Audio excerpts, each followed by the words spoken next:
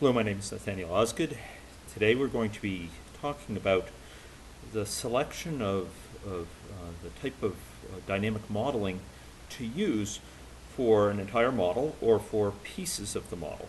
And specifically we'll be discussing some heuristics that might give us clues as to whether we should best make use of a more aggregate model, such as classic system dynamics models, classic SIR models, etc., for infectious disease, or an individual-based model.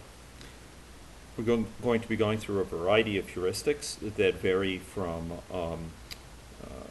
more theoretic to very, very pragmatic. For example, having to do with skill sets in the population, the time trade-offs associated with other requisite amount of performance needed to simulate a model. And we'll be going through this in a fashion that highlights some of the distinctions that you really might want to think about in considering this choice.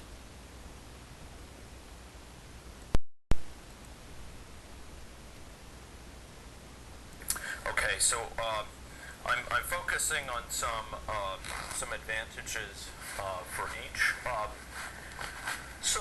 One thing is, and starting from the top on the left, frequently I find it's quite a bit quicker to sort of get down an aggregate model that represents a situation with a few stocks, particularly because you can build it up in a sort of staged fashion from a very qualitative model like a causal loop diagram, and work towards a stock and flow model that's still qualitative. Get it for discussion. Now, that being said, I will say that you can actually create, with the appropriate skill set, you can create an agent-based model which is quite simple. It has a lot of agents, but that doesn't really add to the complexity in many cases as well. But often that will require thinking through a little bit what are the units of agents for that model. So often with aggregate models, we can put it together more quickly because it may be a lighter weight thing to just sort of create stocks for the appropriate breakdown of characteristics, and a little bit more involved to create define appropriate agent classes for the appropriate layers of units or of sort of actors. So I find, from my experience, it's a little bit quicker often to build a thought piece SD model than a thought piece ABM. This isn't always the case, but often that's the case.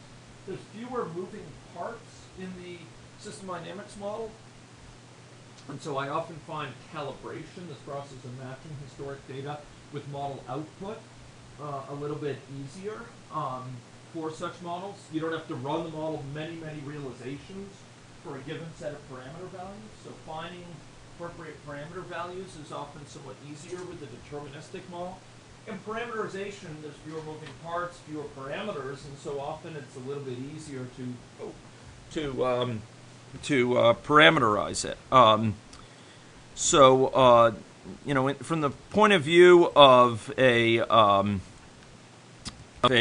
construction, the parameterization phase is often somewhat quicker for an aggregate model.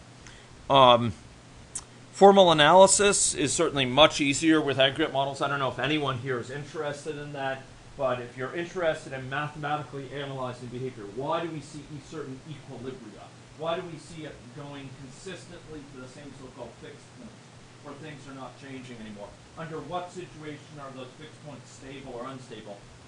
You're really in the area where you want to use an aggregate model, and often your insights are even greater in that area, given a model, if the model is smaller. So an aggregate model can be helpful in that regard, and often because there's less going on, it's all right in front of you. Understanding it is going to be easier. You can kind of glimpse, just if you go look at a few stocks and a few flows, you get a pretty good sense of what's going on right now. No. And then to drill down for it, often you can trace it down to loops, causal loops and so on, a little bit more easily than by tracking down the cause of behavior in an agent-based model. terms of performance, it's incomparable. Aggregate models, assuming that they're smaller, are much faster than a corresponding individual-based model. Now, if what you're seeking to do is capture a situation with tons of heterogeneity, believe it or not, in some cases, individual-based models can be it can be advantageous.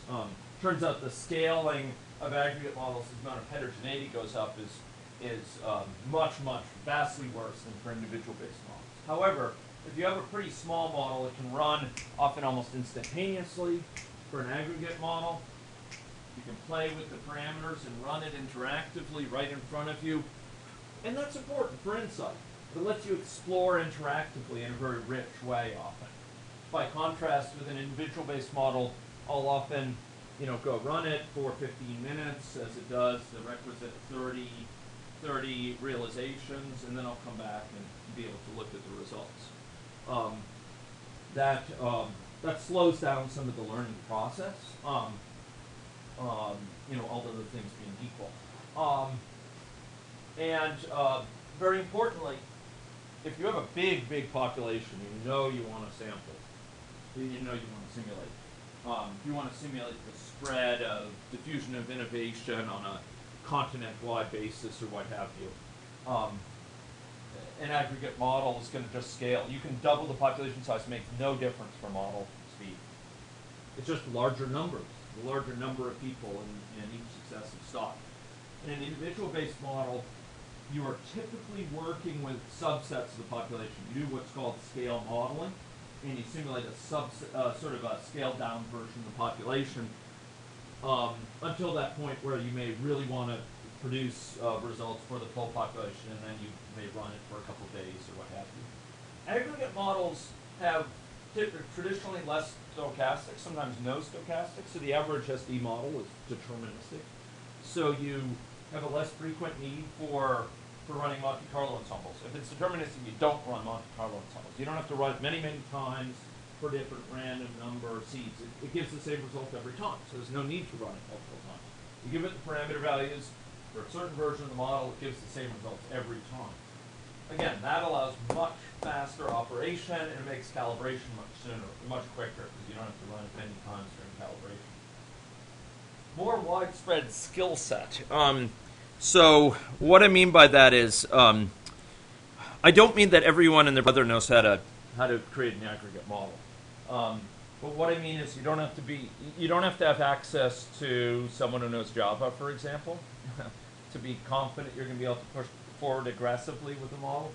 I regularly teach students from health science background. They're very comfortable after a semester doing things in tools like VenSim or iThink or what have you, or system on UX in any logic. It's just easier to work with in terms of describing the model. The grammar, as it were, is less hard than for this. There's less complexity in how you specify the model. So it's more, I guess I shouldn't say more widespread, I should say more accessible skill set or something like that. The fact that there are system effects here. So if you can build your model quicker, start getting insights quicker, and if you have quicker runtime, often that means you can take more time for understanding the model and refinement. You can understand sooner kind of where you want to go, what's important to you, and you can put that effort into that area. So, like with this TV case, we often will build an SD model first. Get something down, get it discussed with stakeholders, get some early insights, and that will let us know where do we want to really put our emphasis with a more detailed model. What aspects of the situation do we want to break out in greater detail? This incremental learning is A1 important. You'll find a lot of things along the way, and that may totally change which path you take going forward. Where you invest in individual-based modeling, or if you invest in it, and for what components. So aggregate models have a lot to recommend them. They are not merely a disappearing technology. Aggregate models will be around with us 100 years from now because they do confer certain benefits. Individual-based models, though, have a remarkable set of benefits that they confer. Remarkable set. We can tailor our model in a very detailed way to really richly characterize, for example, dynamics that's observed. We don't find ourselves fighting as much to describe the underlying dynamics due to the fact that we have to assume random mixing of people, that everyone in the stock kind of has equal amounts of contact with other people. We find ourselves not having to assume that, you know, there's going to be a first order delay in place with age groups, so that people in this age group leave the age group with the same chance, regardless of how long they've been there, which is a commonly used assumption with aggregate models. Although in that particular case, some frameworks do make it easier. There's plenty of cases with aggregate models where I find myself, it's almost like I have a boxing glove and I'm trying to grab a screw, and I'm trying to grab at it, and man, just let's take off the boxing glove sometimes. It is possible with an individual-based model to really tailor your description of the dynamics to the situation. I'll give you an example from those models I built yesterday. Within the aggregate model, we needed to make the assumption that we couldn't keep track of who the contacts are in that model. It would have exploded the model size if we had to keep track of contacts according to their current status, and it would have gotten incredibly unnatural, as Andre would say it. And so we had to make the assumption that the people who are awaiting contact tracing are just like the general population in terms of their overall sort of chance of being infected or being an active TB case or what have you, or some variant in that overall population. We couldn't keep track of the distinctive characteristics of people. Whereas with an individual-based model, we could queue up your exact neighbors within the network. If you're a case and you get traced, we queue up your exact neighbors. And that's important because someone's neighbors may have distinctive characteristics. The contact tracing is occurring on a similar network to where the infection spread is occurring. That's why we're doing contact tracing. And having the ability to sort of capture the details of those neighbors is really valuable. And that allowed us to support highly targeted policy planning. It allowed us to support, for example, prioritization strategies based on a person's history or based on a person's characteristics, for example, whether they're a smoker or not, etc. So the fact that we could articulate things on an individual-based model gave us a real leg up in helping to create operationally relevant and valued recommendations for contact tracing. The recommendations we got out of the SD model were a great start. They helped us choose what agent-based model we want to build. Helped us know, okay, speed isn't nearly as important as who we're tracing, so put more emphasis into that. But in terms of kind of the real kickers for policy implementation, that the ones we were able to identify for the ABM model were just that much more detailed and operationally relevant. One thing that we could do with agent-based models that we cannot do effectively with aggregate models, or if we can, and I have a scheme to do some of this, it's quite awkward and existing tools do not support it, is to calibrate a model to, or cross-check it with longitudinal data. So if you have this model of people with STIs, say gonorrhea, chlamydia, they get it, they're susceptible, get infected, recover from it, and then they become susceptible again. With an aggregate model, we don't know if it's the same people getting infected again and again and again and again, or if it's a large fraction of the population, each of whom gets infected once. It's just a count of people who are infected right now. We can't articulate questions directly, or the tools that are out there don't allow us to answer questions like, are these people who are infected now, have they been here before? We can't ask that. Whereas with an individual-based model, the model can accumulate that information and we can compare it with actual statistics we have. Do we really see in this model the sort of many frequent flyers we see in our real SDI clinic? That's about taking advantage of the knowledge we have about a system. And that's hard to do with an aggregate model because it presents let me see if I can make this as bald as I can. An aggregate model presents a series of cross-sectional snapshots over time of the population state. It's cross-sectional. It's over time, but it just defines how many people are there in each state. We are not tracking individuals within an aggregate model by definition. Whereas with an individual-based model, the fact that we can opens up the opportunity to take advantage of a lot of data and a lot of observations, informal observations that, oh, we see the same people again and again. Most of the people we see many times. That's a really valuable statement. And it's a statement that we have a hard time leveraging fully or cross-tracking within an aggregate model. Heterogeneity. If we have large amounts of heterogeneity, or if we want, and I note the word flexibility here, if we're interested in exploring the impact of heterogeneity, maybe we don't know what aspects of heterogeneity we really want to capture up front. We want to be able to explore that. We want to be able to explore breaking out this or breaking out that. How would that impact our model? We want to be able to easily sort of explore that. Or if we're committed, we've got to be able to capture income and education and location where they live and social network position and aspects of the surrounding built environment because we're working on social determinants of health or something, then we know we want this heterogeneity. Doing so in an aggregate model becomes a pain, a real pain. It becomes very awkward and frameworks start to break down. Great frameworks like Vensim's use of subscripts or the sort of hyperarrays you can use in agent-based modeling, you can use them up to a point, but it gets extremely awkward. You start breaking out people. The way, ladies and gentlemen, in an SD model, an aggregate model, that you distinguish people with different characteristics is you put them in different socks. The population, again, is organized according to state and characteristics. So if you want to keep track of males against females, say for an SIR model, you have susceptible males, susceptible females, susceptible infected males, infected females, etc.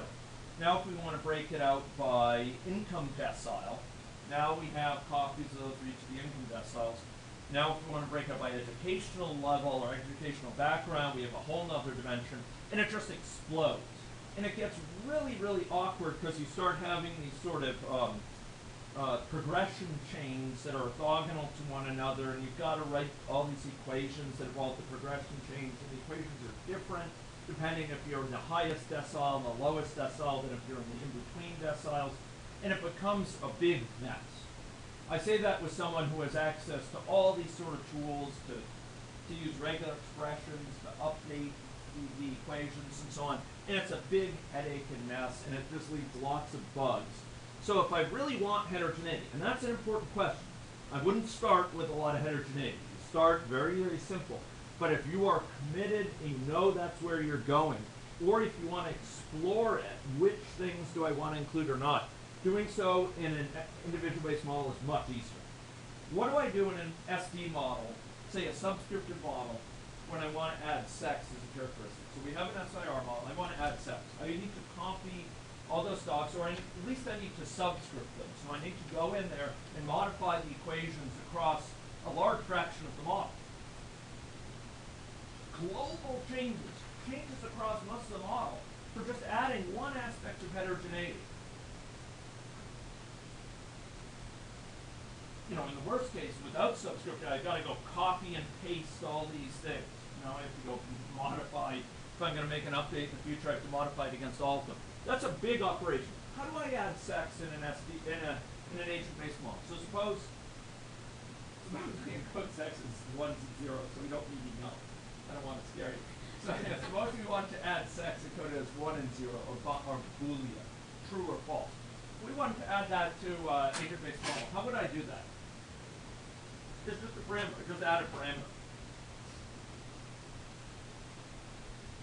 Doesn't lead to these sort of rippling changes across the entire model. How if I want to take it out? Delete it. Okay, now if there's transitions which depend on it, then I need to modify the places where it depends on it. But I don't have to go modify a whole set of things just because it's being recognized, as I do across a large fraction of an SD model. So heterogeneity, if we want to play around with that, it's much easier to do with an individual-based model. It's much more lightweight to add things in, take them out, evolve what we're considering, taking into account, etc. If we want to understand finer grained consequences, like transfer effects, are we robbing Peter to pay Paul within our intervention? Are we implicitly having an intervention that at the aggregate level looks desirable, but it yields a modest net benefit? But in doing so, perhaps we're greatly disadvantaging our Aboriginal population but conferring great benefit to our non-Aboriginal population. That's a really worrisome sign.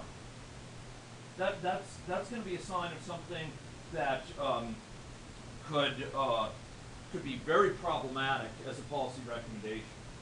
And we'd like to be able to know that sooner. We don't, ladies and gentlemen, want our model to be imposing implicit value judgments that all that matters is net aggregate benefit.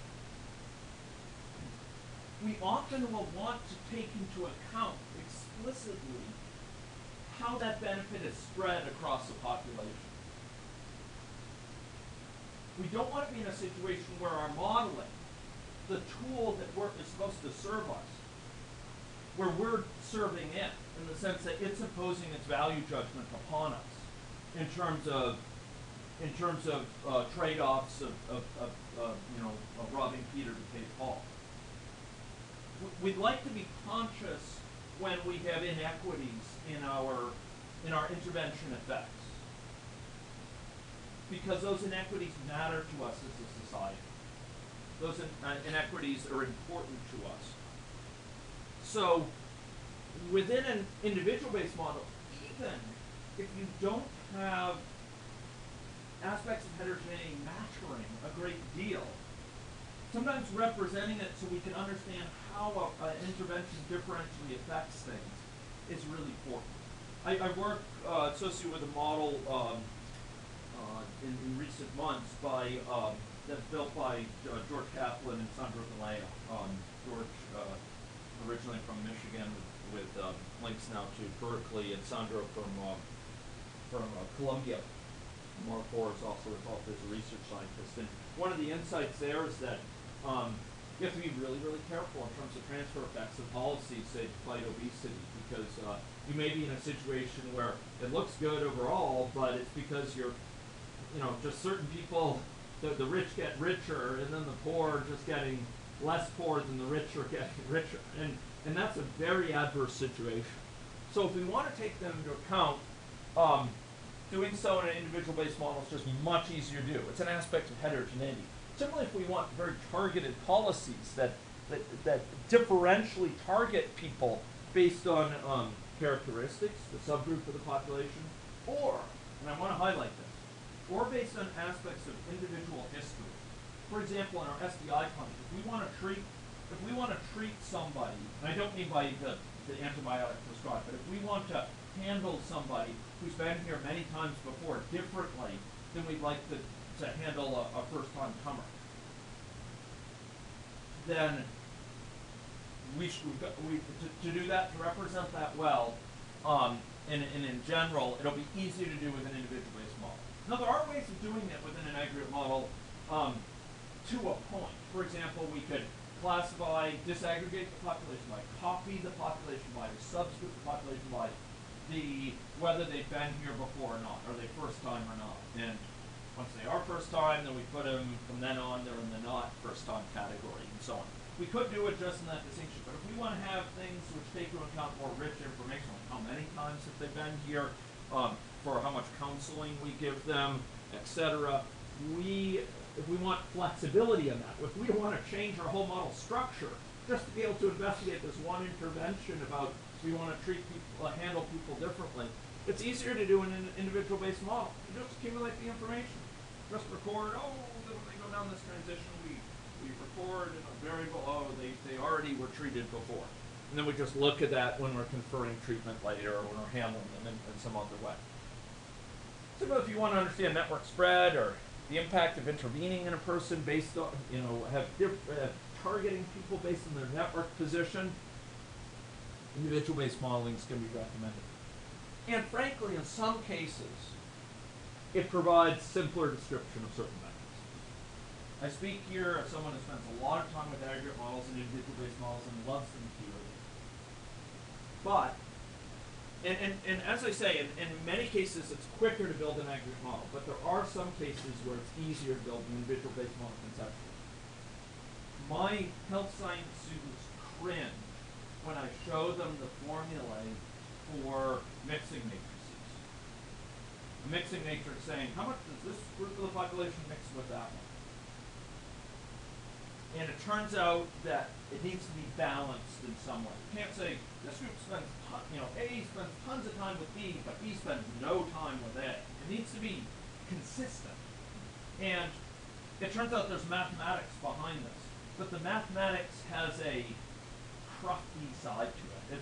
It's hard to understand for people. It looks arcane, it looks puzzling, and it can produce bafflement. Showing a picture of a network, who's connected with who, my health science students can understand that like that. Oh, okay, that's what's going on.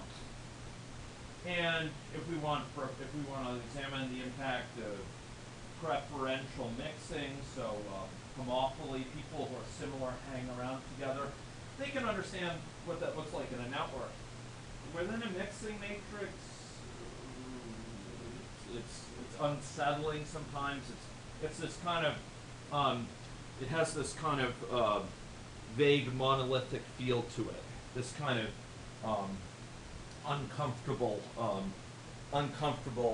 sometimes even malicious aspect to it. So there are times where sometimes it's just easier to describe things at an individual level than to describe the corresponding aggregates. We may know a lot more about how people behave at an individual level, and to kind of translate that all the way up to mixing assumptions concerning, if I have so many mosquitoes and so many of me, how does the number of bites I receive per unit time depend on the total number of mosquitoes and the total number of people? Ooh, that gets kind of complex to think through. Simplifications involved and so on. Just thinking about individual people or individual actors is often much simpler. Okay, so there are cases where individual models lend themselves to easier description. I might say there are also cases where we have aggregate understanding that's much better than our individual understanding. We don't know what's going on at the level of individual humans. We know a lot what's going on at the aggregate level. There are times like that, in which case, aggregate descriptions are a particularly strong place to start in those sort of situations. But these are some of the things that have occurred to me over the years. And to be honest, when I started in this game, I didn't recognize all of these. I didn't understand, for example, just how critical longitudinal data is, my biography, just how hard it is to reason about that in an aggregate model, and just how much easier, how trivial it is in an individual-based model. And that matters, especially when policies, or you want to treat people differently based on their histories, which is a very powerful set of interventions, right? We talk about personalized medicine. We talk about, adjusting one's the care conferred in some way to take into account the particulars of someone's background, of someone's previous encounters with the healthcare system, in terms of their recent experiences, their experienced anemia levels. If we really want to do this, individual-based models are pretty much required. One can twist oneself into contortions, but that's not fun for anyone. Yes? If you want to model whether or not a person will get any benefit of chemotherapy treatment, for example. Yeah. Whether it makes sense to me say 50 days or 20 days or 10 days or 10 hours of pain, how do I put that into the model? How do you conceptualize that problem?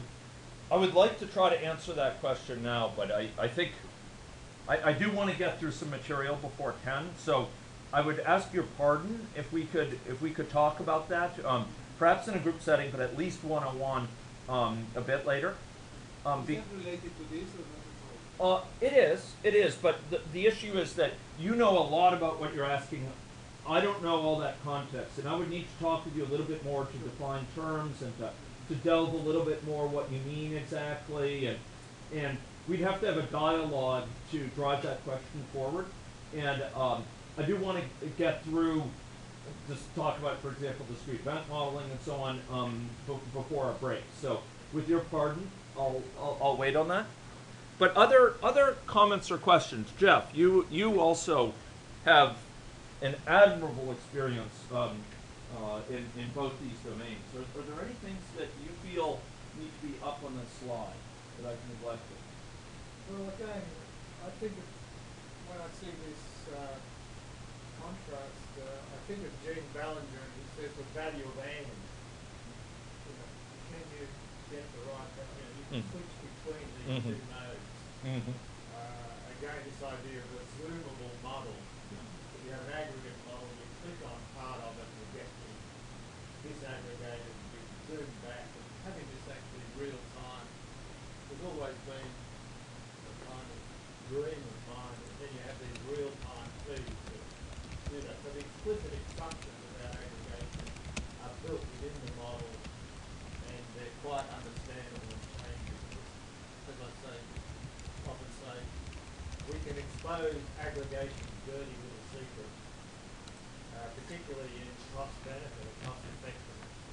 That's right. Stuff like that. There's a wonderful paper called Heterogeneity's Ruses, which was written by an economist on just how you can fool yourself with aggregation, and how you can think that certain policies are going to be desirable, but it ends up coming back and be quite the reverse because you've ignored the heterogeneity involved. Zeckhauser at Harvard has a nice paper as well on the ways in which heterogeneity can throw wrenches and cause policy resistance, cause situations where you have adverse selection effects, cause situations where your decisions end up biting you because you haven't taken into account the different, the variegated nature of the population. I have a different copy of the slide where I think I had multi-scale modeling down, and I'm remiss not to put it here. I mean, the fact that we can do, we can summarize with an aggregate model things at the individual level, at the neighborhood level, at the city level, at the state level, that's not to be dismissed. Sometimes it's very, very useful. And particularly this examine of zooming out, zooming in. If you simulate an individual model, you can summarize things at an aggregate model, at an aggregate level, no problem. You could total up the number of people in the population with certain characteristics, great. And not only would I argue that that's great, I would argue that it confers enormous benefit to think in an individual-based model about stocks and flows at a high level. It gives real insights often to be thinking about what's going on at a high level in terms of stocks and flows and feedback loops and so on. I think this is greatly insightful. And you can do that with an individual-based model because you always have that option. You preserve that option of going up to the top level.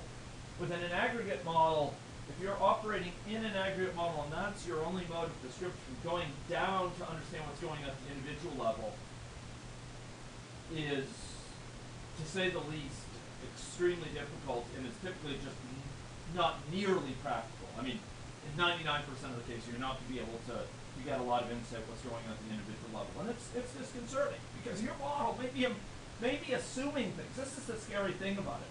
When you create a model of, say, SIRS, so you have this recovery, loss of immunity, that model is actually making implicit assumptions. There is described in it implicitly assumptions about how many people are going around, are frequent flyers, and how many are just getting infected once. It's actually implied by it. It's just we don't have the tools at our disposal to articulate that question about what's the implication of this model? What is it implying about how many people go through this multiple times? You can't easily elicit that information and compare it against our historical data. And hence, we end up in a situation where our model has made some assumption about individual trajectories, but we don't have recourse to it. Whereas with an individual-based model, we can ask those questions about individual trajectory, and we can pop up to the high level. But I really want to emphasize Jeff's point that this is not an either-or. That's the beauty of any logic. We can use an aggregate model together with an individual-based model. Maybe there's some portions of your system where you want to secure these benefits, and some other areas where you say, I want to do a more detailed model. Maybe you even want, within any logic, to switch between them. You have some aggregate depiction to use for a lot of your runs, and then you'll switch over to one that goes more detailed when you want to. Comparing these two is huge. Ladies and gentlemen, there are systems effects here too. The whole is greater than the sum of the parts. If you use these together, you will secure more benefit than use of each in isolation for sure, and even than using them as two solitudes, one after the other. Use them together. Use them to inform each other. Use them to decompose your problem into several pieces. So, are those comments at all helpful on this distinction right now? Yes, question.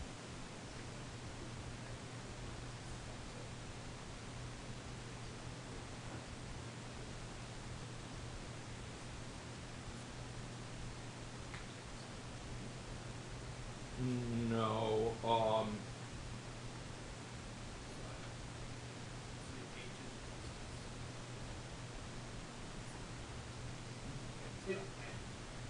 It's tempting to think that, but that's actually not the case, because it's not like we're simulating. What we're doing in an aggregate model is different. I mean, we're counting the number of people in a population. Each stock keeps track of the number that have certain characteristics, and we're simulating how those people flow over time, how those numbers change over time. But if a stock has a flow in and a flow out, and an equal number of flow out as flow in, it'll stay the same value. We just don't know who has left, who has stayed. That's not really something that we know.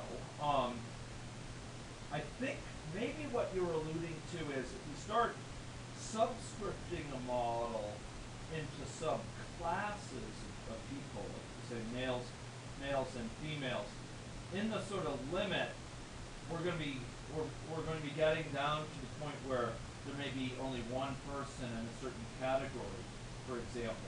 There's going to be a lot of categories with no people in them. But I don't think of them, maybe I'm missing your point, but I don't think of them as kind of one is just in case the other is Jeff. Perhaps again, I didn't catch quite what you said. I think the problem is that most of what you say is true in IID type assumptions, or at least the independent. The real problem is that I think if you're thinking of a system, a collection of entities, I think of a system as a collection of interactions. And it's a completely different unit of analysis. You can't, and if you've got interactions from between the forest and the tree, and the ecosystem around the tree, then you can't have that entity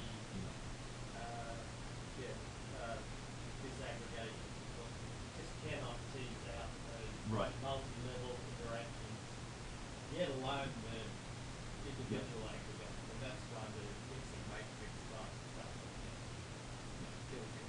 That's right. And so the fact that typically we don't have individuals as solitudes, each evolving sort of atomistically on their own.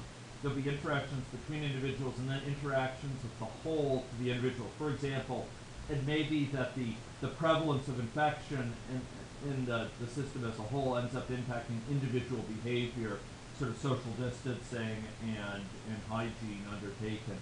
And there we have sort of a feedback from a high level to an individual based level, which again sort of means that we can't think of it as just a set of individually evolving agents.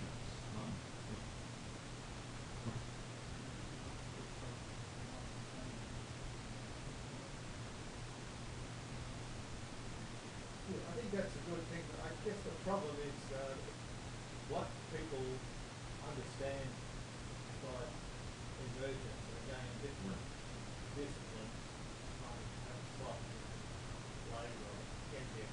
Yeah. It's a good idea, but getting into the details, what does that really mean? If you look at, say, system biologists versus ecosystem people or versus sociotechnics. Yeah. Yeah. That's what you can really define. I don't know if you can, a concept like emergence or yeah. Well, again, in system biology, it's all the stuff put down as causation and cell shape, molecule shape, cell shape. Yeah. Again, very well described in terms of the evolution of component biology. Right. But it doesn't lend itself well in some other areas. So yeah, and I want to emphasize, and this is often underplayed by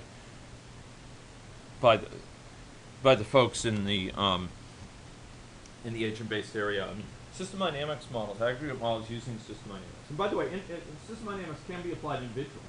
You know, I again want to emphasize that point. And there's all these advantages of individual-based modeling will come with using stocks and flows at an individual-based level. There's nothing to do with stocks and flows against, you know, state charts or something like that. It's about aggregate and individual. And I would emphatically emphasize that sometimes you'll want stock and flow mechanisms at an individual level, for example, because you want individual continuous dynamics, things where things vary up and down in a continuous way. Your weight, you know, your metabolism, your level of free virions, free virus particles in your body. These things vary in a more or less continuous way. You could quibble with free virions, saying that they're countable, but it's such huge numbers, you might as well think of them as varying continuously. And stocks and flows are hugely important, hugely insightful at that level. What we're talking about here is aggregate, individual. Aggregate system dynamics model is a common one. Individual-based, agent-based model, which may include system dynamics formulations, sort of a hybrid level, in a hybrid way. I also want to emphasize something else, though, that's not on this slide. This is about the sort of technical mechanisms, and as such, I hope it confers some value. But you have to understand that the communities who apply agent-based modeling have different characteristics than the communities, say, who apply system dynamics modeling as a whole. And the communities are starting to come together in the sense of much more dialogue. You see much more mixing going on. I myself stand before you as a mongrel, a hybrid, a chimera, a griffin. I have the body of a lion and the head of a lamb or whatever. That may not be. Why do you think I'm in the bear pit? You know, we are dealing here with a situation where there are different sub-communities of norms.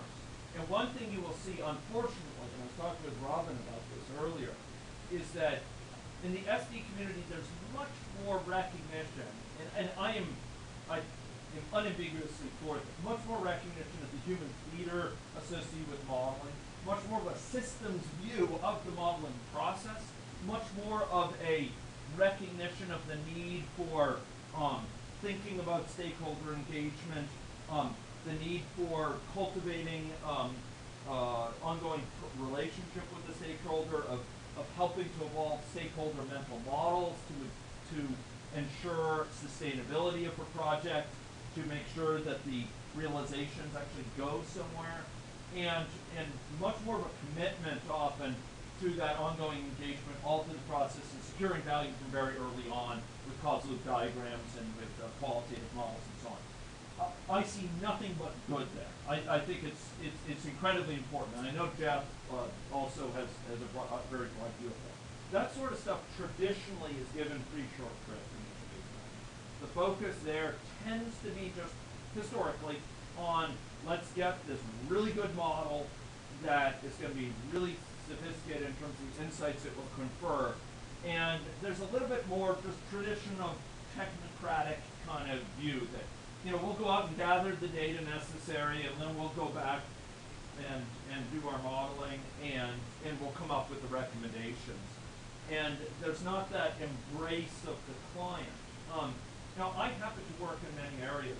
One of the areas I work in is software development, and we've seen, you see sort of similar tensions there. And for example, in agile processes, there's this very much this notion of embrace the client.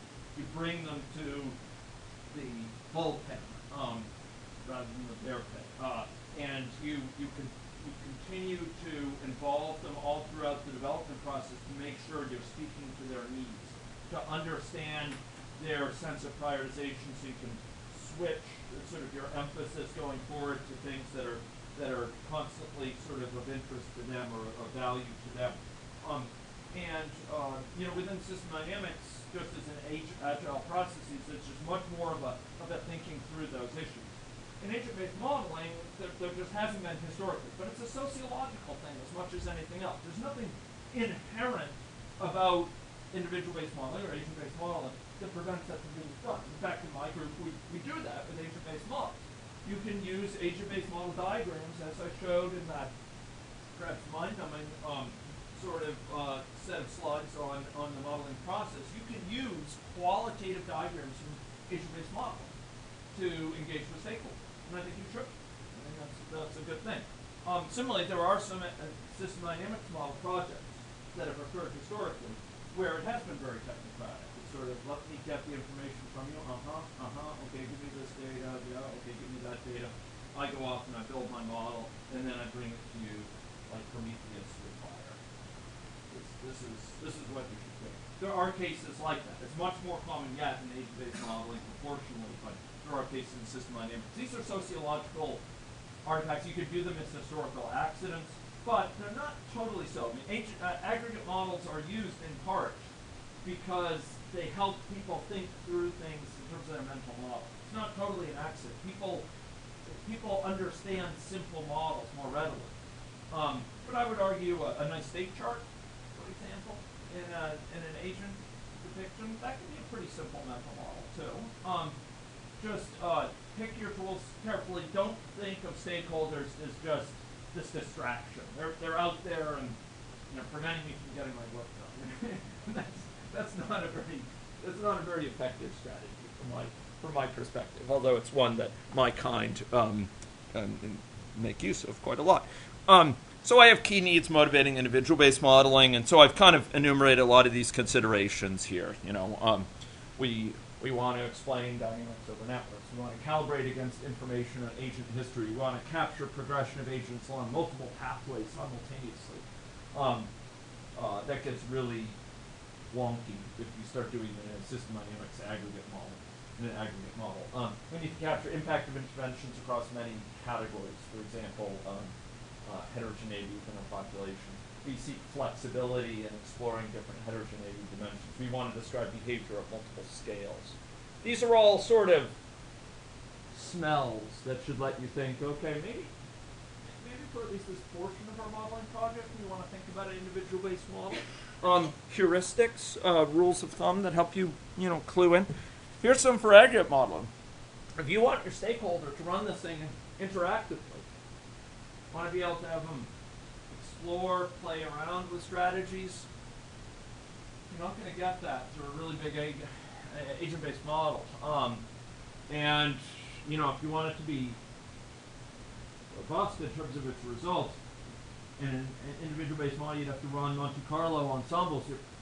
You may just want to learn from the agent-based model and create a representative system dynamics model. Jeff is wonderful in terms of this regard and opened my eyes to it. This, potential for building a very detailed model, learning from it, and then capturing after that all that learning, capturing it in an aggregate form that you can then play around with, and it distills the essence. It distills the essence of what you found in a way that will communicate to the widest variety of stakeholders possible using a very simple system dynamics model. I think it's a beautiful idea. So if you want to understand system behavior across all possible values, this is the area of analysis, of formal analysis. If you want to use mathematical tools, if you want to extensively calibrate to much historic data, we calibrate our system dynamics model sometimes to dozens of time series. Doing so with an agent-based model is it's a lot of work. It's easier to do with a system dynamics model or an aggregate model, I should emphasize, which often happens to be in system dynamics. There's fewer moving parts. Desire for stakeholders to work at a higher level. You're working with demographers, and if they tend to think in terms of sort of high-level flows and stocks, this may be a kind of natural level at which to work. If you have no recourse to software engineering knowledge, you don't know anyone who knows Java, you're not interested in learning Java, you got scared by the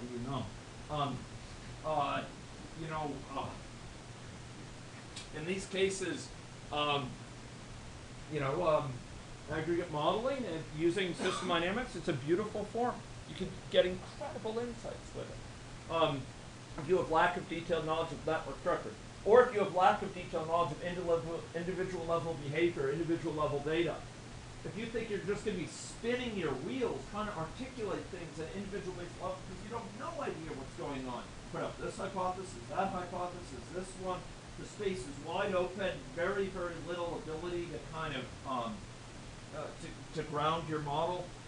Maybe you're not asking the right research question, or maybe you're trying to do too much now. Maybe you're just not at the point where you're going to be able to build a model of that part of the system at an individual based level. So you want to take into account those aspects of knowledge. What are some limitations of agent-based modeling? Well, for some people, I mean, I have issues with this. Hard to know why is it behaving that way, and under what broad set of conditions will it behave in a consistent way. We don't have our mathematical tools in order for this area. It'll probably be another couple decades before we can examine agent-based models and get the same level of clarity about why. Under what other broad ranges of conditions will this thing still hold? Under what conditions will it be stable in this equilibrium? What are the equilibria? Reasoning about that is very difficult in an agent-based model, or it is commonly difficult for many of those questions. Long ensemble runtimes, lack of interactivity in some cases. Calibrating yields no unique interpretation. You're never going to be able to calibrate your model so you know exactly, is Jack infected and Mary is susceptible, or is Mary infected and Jack is susceptible? You're never going to be able to pin down with full clarity the status of every population member using the common types of epidemiological data that's available. You need some software engineering and building. You're going to need someone who you can call on for occasional advice on the Java side at least. See, achieving model transparency, this is difficult. It's harder. It's harder, I'd say. You have to work a little bit extra hard for this. AnyLogic provides a tool that we'll be showing you that can summarize all the things you've changed about a model, all the things you've put into a model. But it's hard to kind of get that overall view of what's going on. A system dynamics model, nice simple system dynamics model at aggregate level, you look at it, you can see what depends on what, sort of generally what's a stock, what's a flow, therefore what's accumulating and what's driving it, etc. You reason about inflows and outflows. If the stock is going up, it means more stuff is coming in per unit time than is leaving. These are really big insights. You can apply those insights in an individual-based model, but there's so much else going on as well. Lack of a defined modeling process. So I'd say less of a defined modeling process. And then you need to represent individual, the need to represent individual level details sometimes requires representations of extra details. Think about that issue of sometimes to capture contact patterns, you need to represent mobility. People moving around. You're not terribly interested in space. It's just capture these salient patterns, you got to represent it. To capture deer movement across the entire landscape, you got to deal with what happens with the ice knolls. Do the deer swim? Do the deer die? Do the deer run to the shore? You got to deal with it. You don't want to deal with that. I don't want to talk about that, but you got to because you're operating at that level. It may push you beyond available data sources into speculation. Yes. I'm not understanding what perceptible is. This thing push beyond. Long ensemble. Yeah. So what I mean is, when we have a individual-based model, it's most commonly stochastic. Okay? So we run it once, it yields some results. We run another time, it will yield another set of results. Sometimes those second set of results are very similar. Sometimes they're actually quite different. They exhibit a quite different mode. And so if we want to be able to run this thing interactively, this will often get in the way because, like, maybe we're changing a parameter that represents a certain intervention, or we select a different intervention from a menu, and we run it. If we just show one run of it, who knows? Maybe it's a fluke. You've got something, and you shouldn't think that's representative of that run. To develop confidence that what you're seeing captures sort of the general result of using that intervention, you typically have to run it many times. And doing so takes time, even with the sort of computers that we're operating with. It might take a couple minutes to run. So it's not something where you just, boom, you get that. Unless you've gone ahead of time and kind of created a canned sort of pre-run these things and so on, which is an option. But by and large, you're not going to be able to just run it super interactively with sufficient number of props. Does that make sense? Okay, sure. So with time coming up, I'll just, I actually wrote these on the bus this morning. This is not terribly deep. But when do I use a discrete event model? How do I sniff situations, bad smells about the situation makes me think, okay, I got to use a discrete event. Not that that's unpleasant. It's just, bad smells is used in software engineering to mean sort of whiffs of a situation where I know I need a certain tool. I need to undergo a certain process. Well, okay, if there's a defined workflow, involves several stages of processing. People go through these stages that are done like this, done like that. Other things happen to them like this, like that. That case with the TV model where people go through a contact tracing process, that kind of smells like that, and I'm tempted to put it in that process. Waiting for an organ transplant, you get kind of get some condition, you get worked up. They investigate. You see various specialists to investigate your eligibility. You then get placed on a waiting list, perhaps, for this thing. Maybe you get taken off in cases, or suspended in cases where you get sick, and eventually you get a transplant scheduled, etc. So there's a workflow. If the things being operated on and processes are discrete things, sometimes you have a flow process of sorts. The caramel comes out of this system. It's horrible. Sorry, I'm not a chemical engineer, but the caramel comes out. It gets combined with sulfuric acid, and flows into this, that, and then it's combined with ethyl nitrate and gets placed into these tubes. Here we have a continuous process that's not processing discrete things. On the other hand, we'll have factories producing widgets, car assembly plants, or assembly plants for planes, or what have you. They're operating on discrete things. the discrete event modeling is in the analogical library. I think it doesn't aspire to support continuous processes like chemical engineering processes.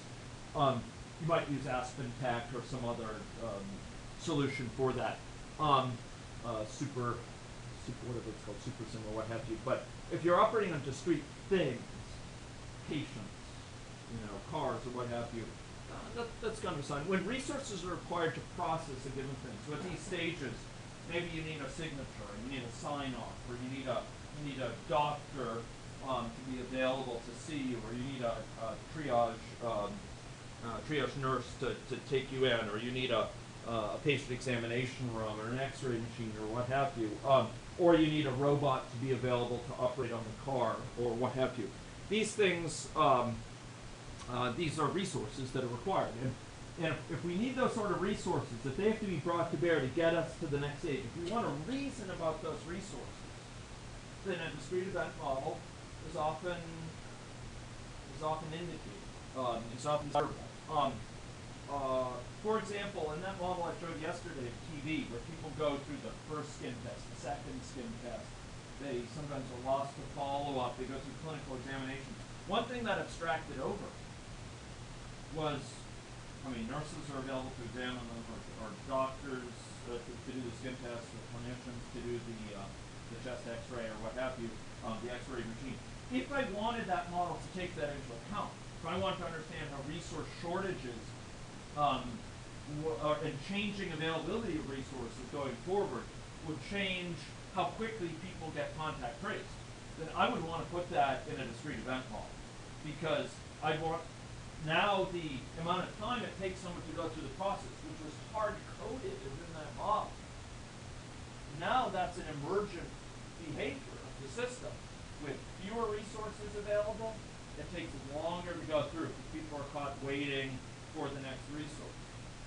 The amount of time it takes someone to finish that process to get the X-ray, if that depends, if I want to have that depending on resources, so the change in resource availability changes how quickly they get done with that process, that's a sign that discrete event modeling is my pick. I'll want to do that in discrete event modeling. If there's a limited number of kidneys coming in for kidney transplant, and I want to understand how differential donor availability, or how changing the rules about deceased, organ harvesting at death, or what have you, organ donation, changing the rule from opt-in to opt-out, or what have you, how that might affect things. So how changing resource availability will affect how quickly people get transplanted and the consequent health outcomes, then a discrete event modeling that captures those resource dependencies would be valuable. We didn't capture that with UN's model. If we wanted to, have resource availability reason, do it in a discrete event way. Does that make sense to people? Queues and waiting times are a big concern. Well, this is kind of a smell that would suggest, okay, resources not, we're waiting for something. Changing that something, changing where it's located physically, how quickly you can get to it, or how many of them there are to serve people, or what have you, may yield different emergent outcomes. That's a sign that discrete event modeling may be needed. If there's a need for regular movement on defined paths, this is kind of AnyLogic provides a wonderful way with discrete event modeling to kind of move people around facilities and places based on a sort of declarative visual language, where you sort of indicate the paths they can go on and their home location, and they can go sort of entity and so on. So that might be a sign that's worth thinking about, because it makes it really, really easy. You can do actually movement along defined paths with Asian-based model too, but it's just a little bit easier yet with discrete event model. So if you start seeing situations like that, this is much more under-conceptualized than my other slides. But these are some signs to me that discrete event modeling may be indicated. Jeff, do you have any comments on this? I guess I have to confess significant lack of experience in discrete event modeling. I've kind of steered away from it. I don't think my comments are well informed, but I see, my idea would be that there's fundamental dynamic system that I like to capture is the interaction between ST and agent state, between individual and aggregate. And parts of that where you've got event driven, as you say, entry report thing, you have part of that blown out in a discrete event. But the idea of doing a discrete event without a context for the individual, I've seen a lot of sub-optimization. It just doesn't capture any of the reality of the context, particularly in waiting time. I don't see them, certainly in healthcare, being actually used in operations. There's a lot of them get written up there. Again, I guess I'd also rebel against the machine metaphor of health, of care that I believe implied in that abstraction. So again, this biological sort of ecological thing. Again, to me, it's in some way kind of this idea of I think I described it. If you want to treat a patient like a piece of meat, then this is a good metaphor. But I think that's what we're doing. So my view is that why not have a little agent that says, be passive, be active, be unconscious, be human. What does it mean to be human? It doesn't mean to be put in a conveyor belt. So that kind of is why I've always sort of felt uncomfortable doing just discrete events. So the hybrid techniques where you have agents that have agency while they're flowing through, that can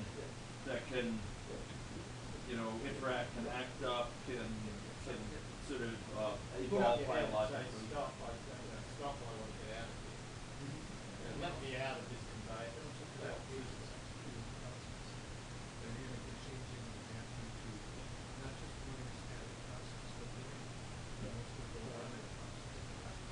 I guess the other point is that I've been influenced this idea of moving from event to pattern to structure. And saying, well, I really like pattern and structure. Event, there are a lot of people who can do event stuff a lot better than I ever will. I like to do pattern and structure. And that's, again, this is a personal bias based on mathematics. And as such, any logic's capacity to link agent-based model with entities has great implications, because that completes the loop. That means the next time they come into the facility, they can have memory, they can have experience, they can have some sustained outcome beyond that disappearance at the hospital door. If you treat them inadequately, they may come back sooner. These are things which are off, like Procruste's legs were chopped off because he didn't fit on the bed. They were, often these things are left out of discrete event simulation because you just don't keep track of the entities, and they're faceless as they flow through. Now, perhaps I'm underplaying the generality to which people have applied it, but certainly this opens up a great deal of opportunities for richer sort of capturing the context. Yeah. If you assume the hospitals are seeing this and arguments that the hospitals are brought up putting patients and not agents, if you could set up an agent to actually complement what the discrete event process is designed to assume agents will be doing, and then the agents learn from the discrete event. The discrete event has to be translated by the agent to the discrete event. Well, I think you can. Again, you can have a discrete event in an object. I think again, the agent thing, again, the object orientation in one said that you actually really got replicable encapsulated objects. Sometimes you call them agents. And again, that kind of, there's a slight difference between that and an agent. And again, it's the baggage about your agent. I thought an economic software employee says,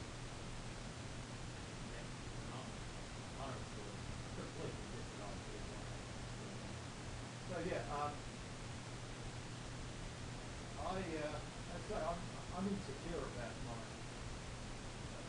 opinion about I've seen a lot of it.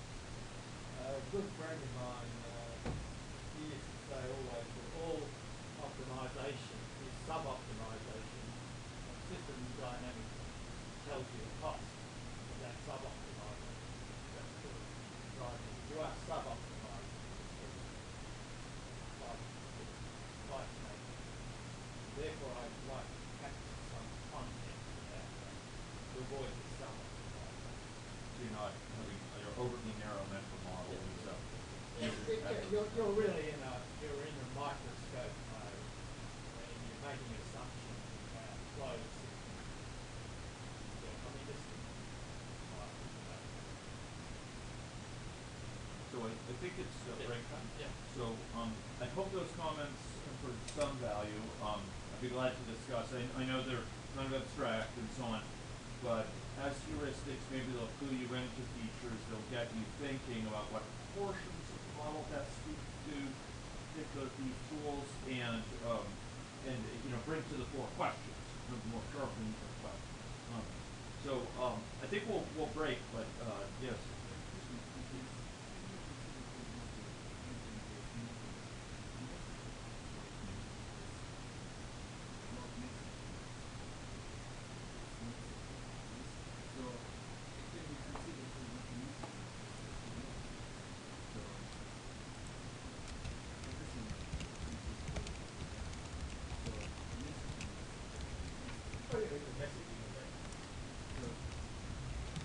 Yeah, okay, there's an event that's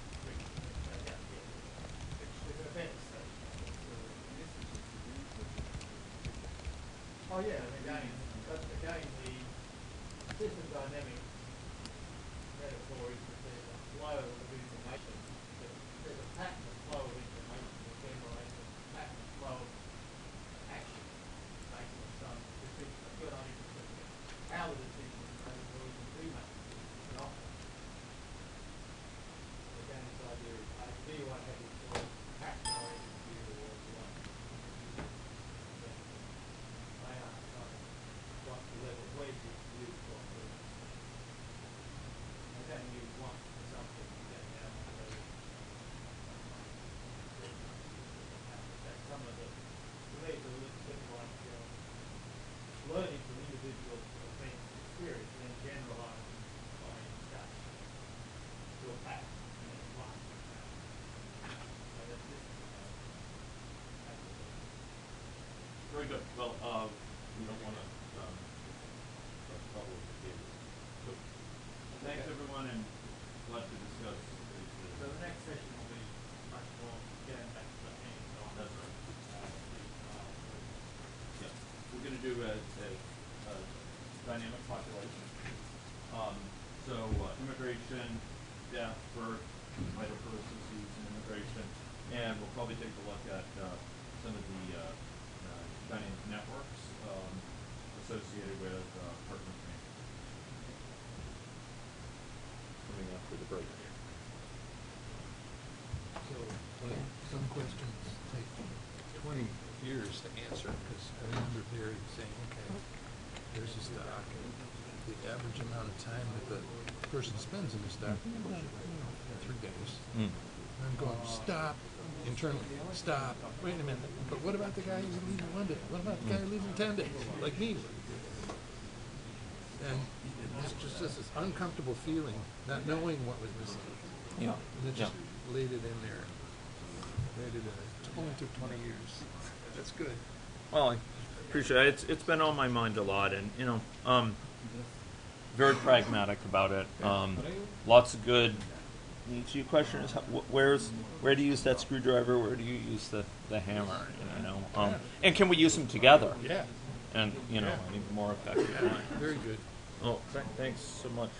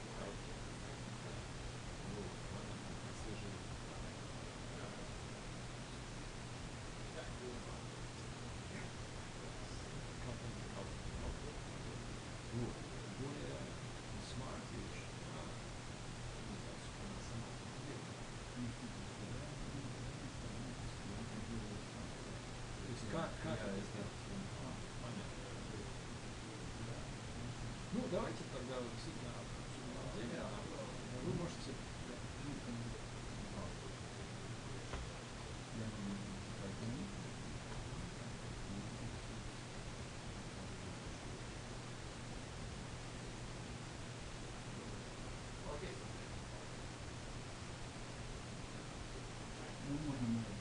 Да, давайте, хорошо, давайте, значит, до ланча я буду готовить 20, но сейчас не буду больше.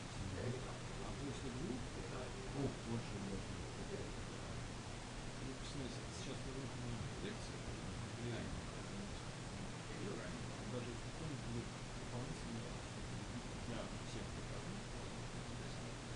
Вот. А после двух можно как раз поговорить о лекции, с рейсом, а потом можно отдельно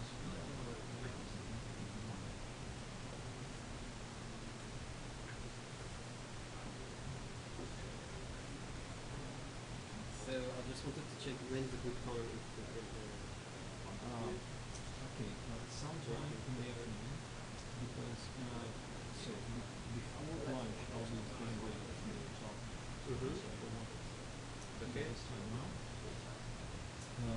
Now after 2 o'clock, I will probably need an hour and a half from a little bit, and after that. Okay, well, what time do you think you'll wait? So let's see. If we do the real stuff to 3, then after the 3 o'clock. Yeah, that's perfect.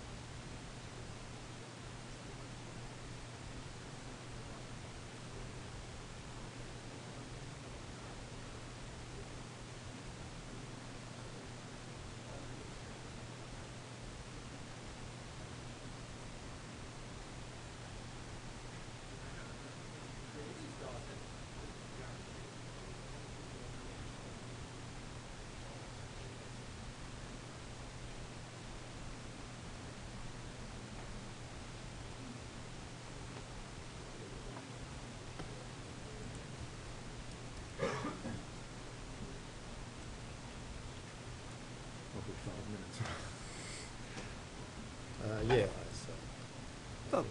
it comes in and out. That's good. I think that was the right time to put it. I'm sure some people will be aggrieved. But that's life. Yeah.